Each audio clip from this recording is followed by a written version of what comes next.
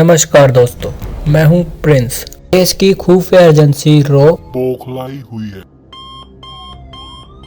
Research and analysis wing Bharat की खुफिया agency raw में हड़कंप सा मचा हुआ है। चारों तरफ कोहराम छाया हुआ है।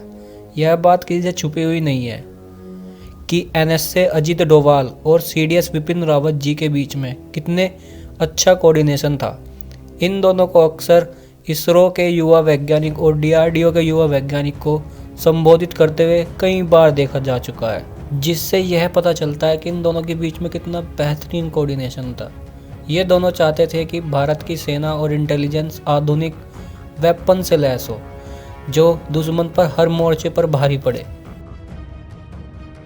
लेकिन जिस प्रकार सीडीएस विपिन रावत जी की हेलीकॉप्टर दुर्घटना में जान चली गई, उसको लेकर रॉ में हड़कंप मचा हुआ है।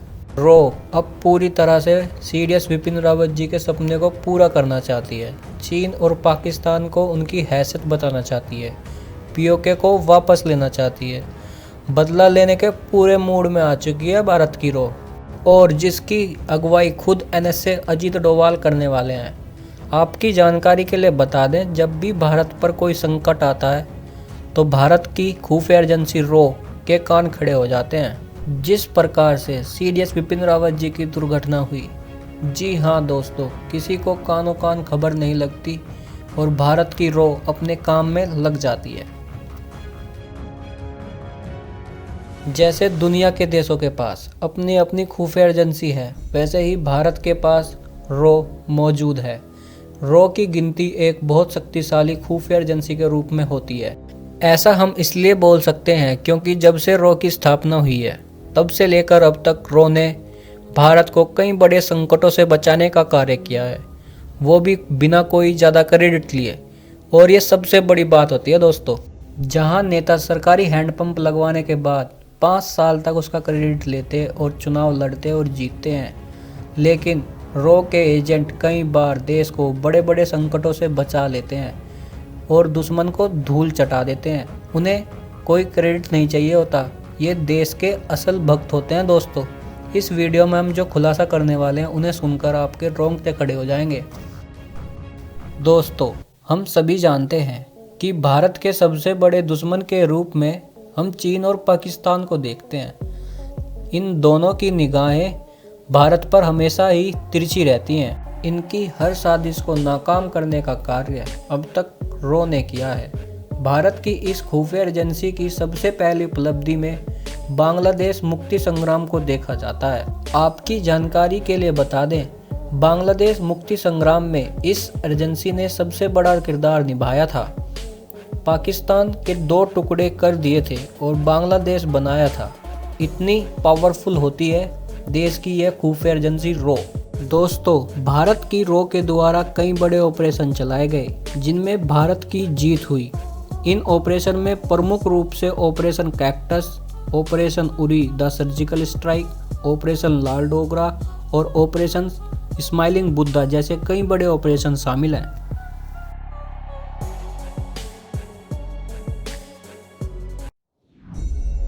लेकिन देखना अब यह है कि रॉ भारत को हुई इतनी बड़ी क्षति की भरपाई कैसे करेगी। क्योंकि देखिए, विपिन रावत जी कई बार बयान दे चुके थे कि भारत की आर्मर्ड फोर्स को रिफॉर्म करने की ज़रूरत है, यानी कि मिलिट्री रिफॉर्म। हर सोल्जर को सुपर सोल्जर बनाने की बात करते थे। भारत में एक साइबर विंग आर्मी को स्टैब्लिश करना चाहते थे विपिन रावत। वो चाहते थे जैसे भारत में एक विंग आर्मी की है, एक विंग एयरफोर्स की, एक विंग नेवी की है, वैसे ही एक विंग डिजिटल दुनिया में उतरे। भारत की डिजिटल सोल्जर की आर्मी बनाना चाहते थे विपिन रावत, और इसमें काफ़ी हद तक मदद कर रही थी रॉ की एजेंसी। भारत के यह साइबर सोल्जर दुनिया से आने वाले किसी भी हमले से भारत की रक्षा करने वाले थे। यह बात किसी से छिपी नहीं है कि आने वाले समय में युद्ध इंफॉर्मेशन पर लड़ा जाएगा, ना कि ज़मीन पर। जिसके पास ज़्यादा इंफॉर्मेशन, वो ज़्यादा बेहतर तरीके से अपने दुश्मन को मजा चखा सकेगा। और जो लॉस हुआ है विपिन रावत जी का, उससे तिलमिला उठी है रॉ, क्योंकि रॉ को भी चाहिए बेहतर साइबर सोल्जर, जो दुश्मन देश के हर राज को अपने हैकिंग स्किल के माध्यम से चुरा सके। और भारत के पास जैसे ही वो इंफॉर्मेशन आए, वैसे ही भारत अपने आप को सेव कर ले। और आने वाले समय में हमें जल्दी ही ये रिफॉर्म देखने को भी मिलेंगे। क्योंकि मोदी जी और रो यही चाहते हैं और ये होकर रहेगा।